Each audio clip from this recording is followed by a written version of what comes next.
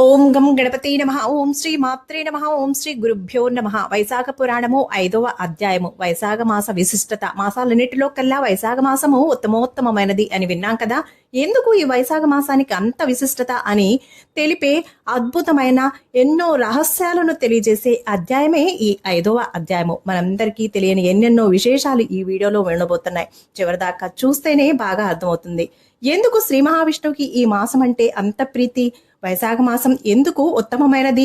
ఈ మాసంలో శ్రీ మహావిష్ణువు లక్ష్మీదేవుల అనుగ్రహం కోసం మనందరం ఏం చేయాలి అనే విశేషాలు ఈ వీడియోలో ఉంటాయి. చూసి లైక్ చేసి 10 మందికి షేర్ చేసి ఛానల్ని సబ్స్క్రైబ్ చేసుకోకపోతే సబ్స్క్రైబ్ చేసుకోండి. మారుతి తెలుగు మోటివేషనల్ ఛానల్ అనేది నా మెయిన్ ఛానల్ లింకు డిస్క్రిప్షన్లో ఉంటుంది. దాన్ని కూడా సబ్స్క్రైబ్ చేసుకుని ప్లీజ్ సపోర్ట్ చేయండి. నారదుని మాటలు విని అంబరీష మహారాజు నారదునితో ఇలా అన్నాడు. వైశాఖ మాసము ఇతర మాసముల కంటే తపో ధర్మముల కంటే అధికము ఉత్తమము అని చెప్పిన మాట నాకు సరిగా అర్థం కాలేదు. ఏ కారణము వలన వైశాఖము అన్నిటికంటే ఉత్తమోత్తమైనదో వివరింపకోరుచున్నాను అని పలికెను. అప్పుడు నారదుడు ఇలా సమాధానం చెప్పాడు. మహారాజా, శ్రద్ధగా వినుము. కల్పాంత కాలమున సృష్టి అంతమగు సమయమున దేవతలకును ప్రభువైన శేషశాయి అగు శ్రీ మహావిష్ణువు లోకములన్నింటినీ తన ఉదరమున నిలుపుకొని ప్రళయకాల సముద్రమున సేరించి ఉండెను. జీవరూపమున అనేకత్వము పొందిన తన మహిమను తనయందే ఉపసంహరించుకొని ఉండెను. నిద్రాంతమున వేదములు శ్రీ మహావిష్ణువును మేల్కొల్పినవి. దయానిధియగు శ్రీమన్నారాయణుడు శృతి ప్రబోధమున మేల్కొని తన ఉదరమందున్న సర్వజీవ లోకములను రక్షించాలి అని అనుకున్నాడు. తన ఉదరంలో ఉన్నటువంటి సకల ప్రాణికోటికి తగిన కర్మ ఫల ప్రాప్తికై సృష్టిని ప్రారంభించాలి అని కోరిక కలగగానే సర్వలోకాశ్రయమైన సువర్ణ పద్మము ఆయన నాభి నుండి వెలువడెను. విరాట్ పురుషునికి చెందినవాడగు బ్రహ్మను పురుషనామంతో సృష్టించను. వానితో పాటు 14 భువనములను కూడా సృష్టించను. భిన్న భిన్నములగు కర్మలను ఆశ్రయించిన వివిధ ప్రాణులను, వారి కర్మ ఫలానుకూలమునకు త్రిగుణములను, ప్రకృతిని, మర్యాదలను, రాజులను, వర్ణాశ్రమ విభాగాలను, ధర్మ విధానమును సృష్టించను. పరమేశ్వరుడగు శ్రీమన్నారాయణుడు తన యాజ్ఞారూపములుగా చతుర్వేదములను, తంత్రములను, సంహితులను, స్మృతులను, పురాణేతిహాసములను ధర్మ రక్షణకై సృష్టించెను. వీరిని ప్రవర్తింప చేయుటకై ఋషులను కూడా సృష్టించెను.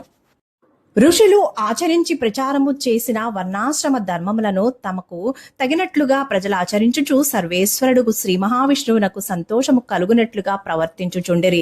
సర్వోత్తములకు తమ తమ వర్ణాశ్రమ ధర్మములను ఆచరించుచు ప్రజలను వారి ధర్మాసక్తిని, ధర్మాచరణను తాను స్వయంగా చూడవలనని భగవంతుడు తలిచెను. అప్పుడు ఈ విధముగా ఆలోచించి తాను సృష్టించిన వర్షాకాలమున వర్షముల వలన బాధలుండుటచే పీడితులకు ప్రజలు ధర్మాచరణ సరిగా చేయలేరు. అట్టి వారిని చూసినా తనకు తృప్తి కలగదు సరికదా, కోపము కూడా రావచ్చును. కావున వర్షాకాలమున ప్రజలు ధర్మ ప్రవర్తనను పరిశీలించుట తగదు. శరత్కాలమున వారి కృషి వ్యవసాయము పూర్తి కాదు. కొందరు అప్పుడే పండిన పండ్లను తినుచుందురు. నేత్ర వ్యాధులు, చలి మున్నగు వానిచే పీడింపబడుచుండురు. ఇట్టి పరిస్థితిలో వారి ధార్మిక ప్రవృత్తిని పరిశీలింప చూచుట ఉచితము కాదు.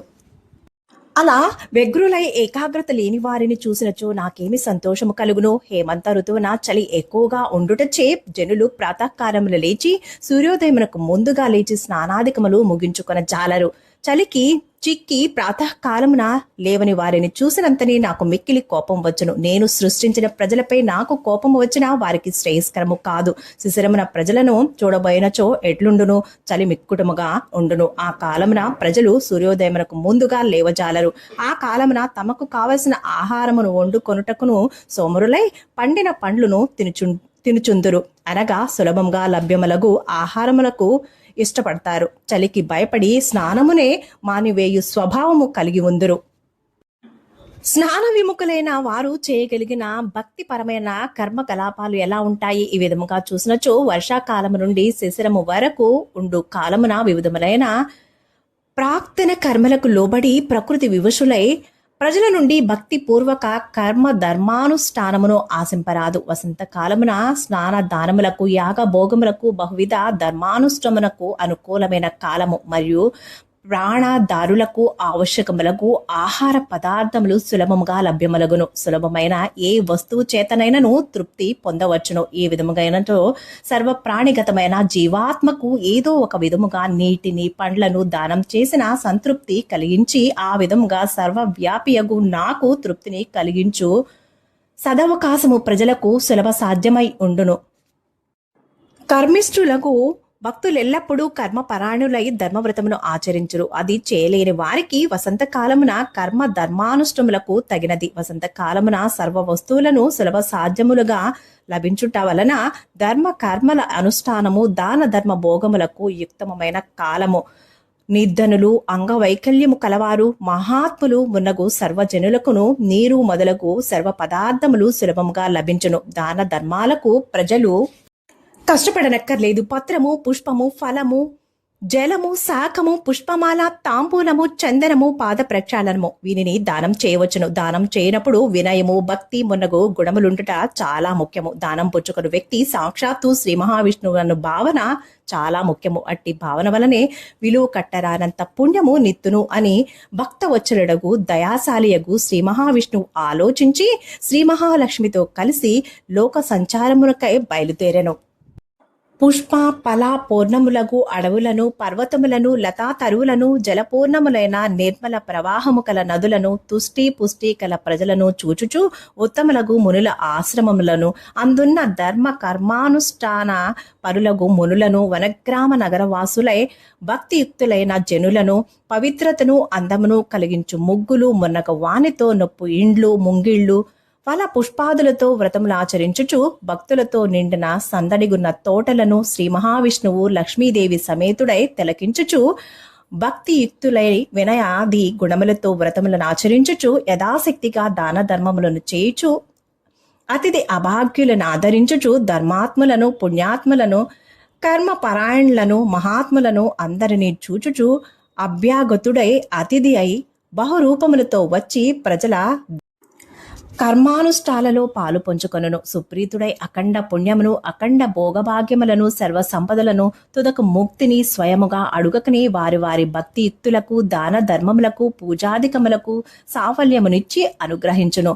దురాచారులు, సోమరులు మున్నగు వారైనను సత్కర్మలను ఆచరించి యథాశక్తిగా దాన ధర్మములను చేసినచో వారి పాపములను కూడా నశింపచేసి పుణ్యము లేక సుఖమును ఇచ్చును. అట్లు కాక దుష్టులై, సోమరులై నిర్లక్ష్యముగా నున్నచో ఎంతటి వారైనను యథోచితముగా శిక్షించును. కావున సోదర మానవులారా, మనమెట్టి వారమైనను మన శక్తి ఎట్టిదైనను నిశ్చలమైన భక్తితో శ్రీ మహావిష్ణువు ఆరాధించి యథాశక్తిగా దాన ధర్మములను ఆచరించి శ్రీ మహావిష్ణువు దయ పొందుట మన కర్తవ్యము. కావున సంచలమైన మనస్సును అదుపులో ఉంచుకొని యథాశక్తిగా పూజ, దాన ధర్మములను భక్తి వినయములతో, శ్రద్ధా భక్తులతో బలవంతంగానైనా ఆచరించి శ్రీమన్నారాయణ అనుగ్రహము పొందుటకు ప్రయత్నించుట మన ముఖ్య కర్తవ్యము, ధర్మము, బాధ్యత.